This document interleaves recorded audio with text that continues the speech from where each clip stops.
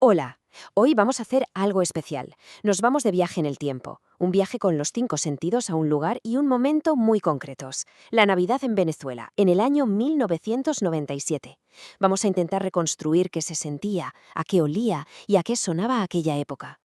Y arrancamos con esta frase que es casi como el comienzo de un cuento. Era diciembre de 1997. Fíjate qué potente. No es una fecha cualquiera, es una puerta que se abre directa a un recuerdo, a una sensación que muchos comparten y que hoy vamos a explorar. Venga, pues vamos a meternos de lleno en ese recuerdo. Lo primero es el ambiente. ¿Qué se veía? ¿Qué se respiraba en el aire? Vamos a pintar el cuadro general de cómo eran las calles en aquel diciembre tan particular. Lo primero que saltaba a la vista, claro, era la luz. Una auténtica transformación. Y no solo en la capital, en Caracas, sino por todo el país, hasta en el pueblo más pequeño. Todo se llenaba de luces de colores, como si el país entero se pusiera un traje de fiesta. Era la primera señal, el aviso de que llegaba algo grande. Claro, y toda esa luz, toda esa magia de la calle, pues se colaba también dentro de las casas. Así que ahora vamos a ver cómo esa alegría se reflejaba en las tradiciones más familiares, en el brillo de lo hecho en casa, del auténtico. Y en el centro de todo, en el corazón de cada casa, estaba el pesebre, el Belén. Pero ojo, no era algo que comprabas y ya está, que va. Era todo un ritual. Implicaba ir a buscar musgo fresco, usar ese papel brillante para hacer los ríos y, lo más bonito, colocar las figuras que habían pasado de abuelos a padres y a hijos. Cada figurita tenía su propia historia. Y es que toda esta preparación, cada detalle, tenía un sentido muy profundo, ¿no? Se construía un ambiente de anticipación, de ilusión, sobre todo para los más pequeños. Toda la celebración giraba en torno a esa espera, la espera de la llegada del niño Jesús. Bueno, ya hemos visto y hemos sentido el ambiente. Pero, ¿a qué olía y a qué sabía esa Navidad? Porque si hay algo que define la Navidad venezolana son sus sabores. Sabores que además tenían la magia de unir a la gente. Es que la mesa venezolana de Navidad tiene un trío que es sagrado. Y no son solo platos, eran auténticos acontecimientos. El olor del guiso de las hallacas que llenaba la casa durante días, las risas mientras se preparaban en familia, el aroma del pan de jamón recién salido del horno. Uf, eran rituales en sí mismos. Al final, la comida era la excusa perfecta, ¿verdad? La mesa dejaba de ser solo una mesa para convertirse en el corazón de la casa.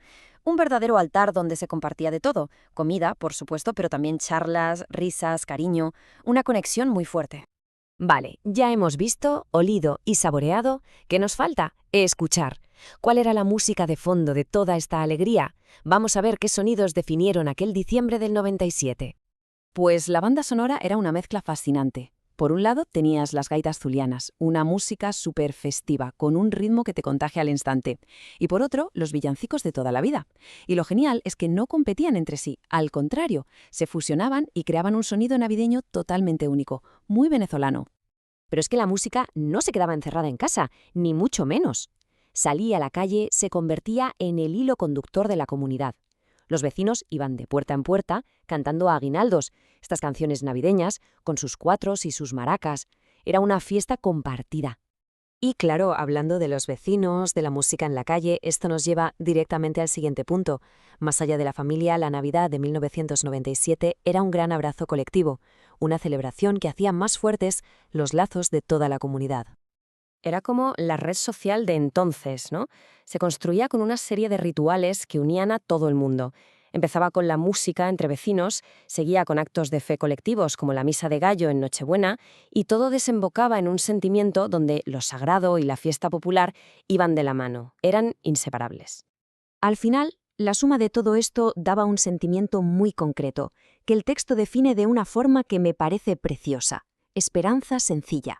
No se trataba de tener grandes ambiciones, sino de la alegría que se encontraba en las pequeñas cosas, en la tradición, en la fe y sobre todo en la compañía. Y bien, después de este viaje, ¿qué queda de todo aquello? ¿Cuál es el eco que deja esa Navidad? Vamos a la parte final, a reflexionar sobre cómo ese recuerdo sigue de alguna manera vivo.